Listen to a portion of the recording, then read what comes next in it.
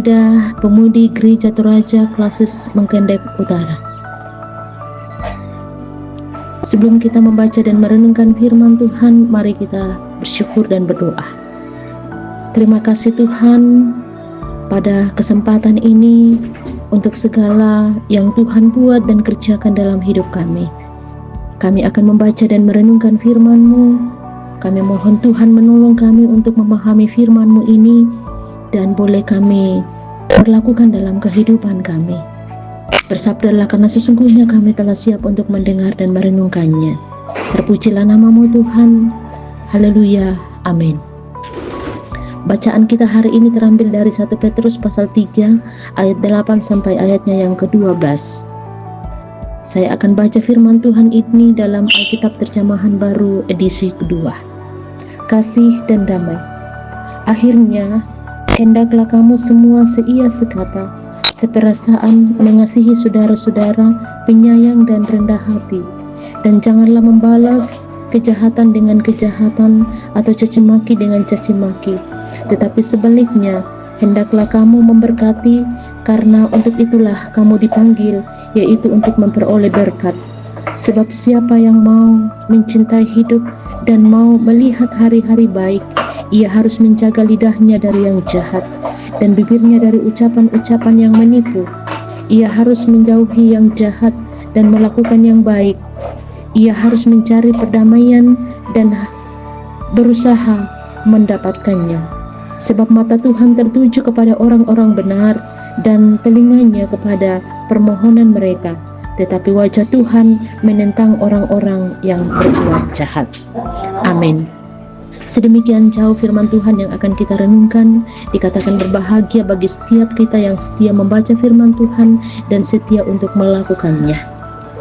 Dari bacaan ini, saya berikan satu perenungan, wujudkanlah kasih dan damai.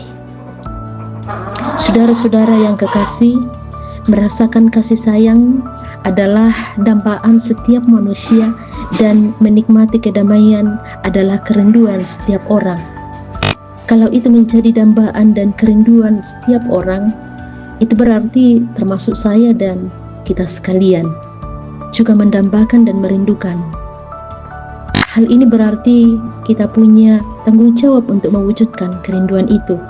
Sebab kerinduan itu atau harapan kita akan bisa kita alami atau rasakan ketika kita upayakan. Pertanyaannya adalah, bagaimana mewujudkan kerinduan itu? Atau bagaimana mewujudkan kasih dan damai itu dalam kehidupan kita? Petrus memberi solusi untuk pertanyaan kita ini. Rupanya selain menjadi kebutuhan kita, ternyata menurut firman Tuhan yang kita baca saat ini, mewujudkan kasih dan damai adalah juga panggilan kita sebagai orang-orang yang telah menerima Kristus dalam hidupnya. Dalam ayat 8-9 dikatakan dalam pembacaan kita, akhirnya hendaklah kamu semua seia sekata, seperasaan, mengasihi saudara-saudara, penyayang dan rendah hati, dan janganlah membalas kejahatan dengan kejahatan atau caci maki dengan caci maki, tetapi sebaliknya hendaklah kamu memberkati, karena untuk itulah kamu dipanggil, yaitu untuk memperoleh berkat. Saudara-saudara yang dikasihi Tuhan, Petrus memberikan gambaran langkah-langkah yang mesti kita lakukan atau lalui sehingga terwujud kasih dan damai. Pertama, seia sekata. Apakah yang dimaksud dengan seia sekata? Seia sekata adalah kata tradisional yang menggambarkan keindahan persahabatan antara dua orang atau lebih dengan karakteristik di mana mereka bekerja sama untuk mencapai sebuah tujuan. Hal ini berarti sekalipun orang itu berbeda karakter, pendidikan, ekonomi, latar belakang, kehidupan dan lain-lainnya, tetapi dalam relasi mereka dengan orang lain mampu menciptakan semua perasaan yang sama. Jadi, seia sekata bukan berarti orang itu semuanya sama, tetapi yang sama adalah perasaan untuk mencapai tujuan bersama. Tentu hal ini tidak mudah. Masing-masing orang punya tujuan, punya keinginan, punya kemampuan, dan hal itu bisa memicu keegoisan untuk mengutamakan tujuan, keinginan sendiri dan daripada orang lain. Perbedaan ini bisa menjadi pemicu perselisihan.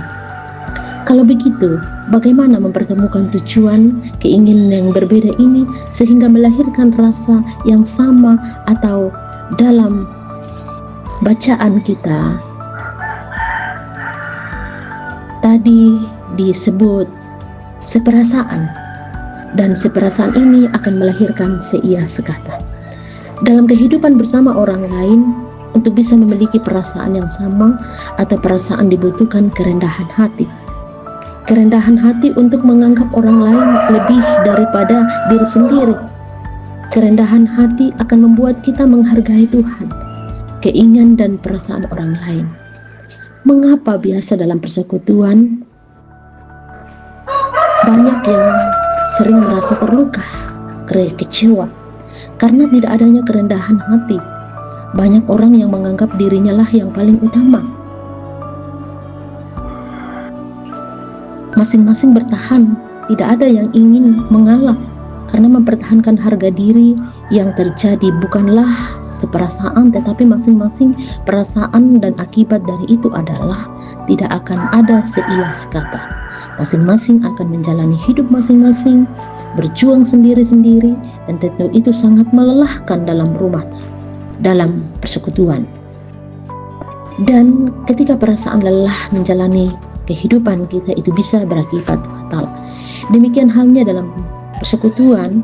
Jika tidak ada kerendahan hati dalam persekutuan, maka tujuan bersama tidak akan pernah tercapai. Dengan kerendahan hati, setiap anggota persekutuan akan berupaya untuk memiliki perasaan yang sama atau seperasaan yang akhirnya memunculkan komitmen seia sekata. Yang kedua, mengasihi saudara-saudara atau pribadi menjadi pribadi yang penyayang. Bagaimana wujud mengasihi yang dimaksud oleh Petrus dalam pembacaan kita saat ini? Dan siapa sajakah yang pantas untuk dikasihi? Sangat jelas dalam bacaan kita, Petrus mengingatkan untuk tidak membalas kejahatan atau caci maki, atau dengan kata lain, tidak memiliki dendam terhadap orang-orang yang pernah melukai kita atau pernah membuat kita menderita. Hal ini bukan hal yang mudah. Kita terluka, kita sakit akibat tindakan atau kata-katanya. Seharusnya dalam hukum umum dunia adalah itu juga harus merasakan hal yang sama, atau malah lebih sakit lagi, lebih menderita lagi. Tapi kita harus tahu bahwa kita bukanlah dari dunia, dan kita tidak sama dengan dunia. Kita adalah anak-anak Allah. Bapa kita adalah Bapa yang penyayang, Bapa yang pengasih. Pada diri kita ada hakikat Allah, yakni kasih.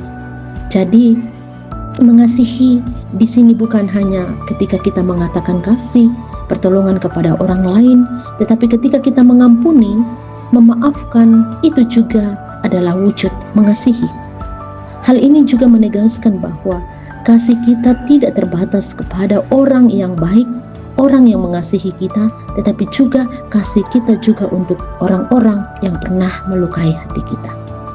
Adanya pengampunan yang lahir dari pribadi yang mengasihi dan penyayang akan membuat kita merasakan damai. Dan rasa inilah yang sangat dibutuhkan dalam kehidupan kita, dalam persekutuan, dalam jemaat, juga di tengah-tengah masyarakat. Setiap orang akan merasa damai di hati. Yang ketiga, menjaga diri untuk tidak melukai orang lain. Setiap manusia punya potensi untuk melukai atau menyakiti sesamanya. Itu sebabnya Petrus mengingatkan untuk menjaga diri, dan secara spesifik Petrus menunjuk kepada lidah dan bibir. Lidah dan bibir punya potensi yang sangat besar untuk melukai atau menyakiti orang lain. Dalam realitanya, banyak sekali orang yang terluka akibat perkataan orang lain. Bahkan bukan hanya terluka, tetapi bisa membunuh karakter seseorang. Perkataan biasanya kita anggap sepele atau biasa, tetapi tidak bagi orang lain. Tahun 2023 sampai 2024 marak dibahas tentang bully. Bukankah ini adalah hasil perkataan seorang anak atau siapa yang sering kena bully menjadi tidak percaya diri, menganggap diri tidak punya arti, bahkan bisa membuat seseorang tidak penting untuk hidup di dalam dunia ini. Itu sebabnya Petrus menuliskan, siapa yang mau mencintai hidup dan mau melihat hari-hari baik, ia harus menjaga di lidahnya terhadap yang jahat dan bibirnya terhadap ucapan-ucapannya yang menipu. Ayat 10 tadi pembacaan kita. Oleh karena itu jagalah setiap ucapan kita, jagalah setiap tindakan kita, biarlah setiap perkataan kita memberi semangat dan sukacita, biarlah setiap tindakan kita membuat orang lain merasa punya arti hidup dalam dunia ini. Saudara-saudara yang kekasih dalam Tuhan, itulah 3 hal yang perlu kita lakukan untuk bisa mewujudkan kasih dan damai dalam hidup kita. Ketika kita mewujudkan itu dalam kehidupan kita, kita tidak hanya menikmati kasih sayang dan damai, tetapi juga mata Tuhan akan senantiasa tertuju kepada kita. Telinganya akan senantiasa diserahkan kepada permohonan kita. Dan sebagai orang-orang yang telah dipanggil untuk menjadi bagian dari keluarga Allah, kita telah menerima panggilan kita, yakni memperoleh berkat. Tuhan kiranya menolong kita. Terpujilah namanya. Haleluya. Amin. Mari kita berdoa. Tuhan, Engkau sungguh mengasihi kami. Biarlah kasih-Mu itu juga kami respon dengan baik dalam kehidupan kami. Kami wujudkan kasih dan damai itu di hadapan-Mu dengan baik dan benar. Mampukanlah kami dengan hikmat-Mu untuk memperlakukannya dalam kehidupan kami, sehingga sukacita dan damai sejahtera akan terus menjadi bahagian kehidupan kami. Terpujilah nama-Mu atas firman-Mu ini. Roh Kudus menolong kami untuk menghidupi, melakukannya, dan juga boleh membagikannya kepada siapa yang kami jumpai. Di dalam dan melalui anak-Mu Yesus Kristus, kami datang bersyukur dan berdoa kepada Bapa di surga. Amin.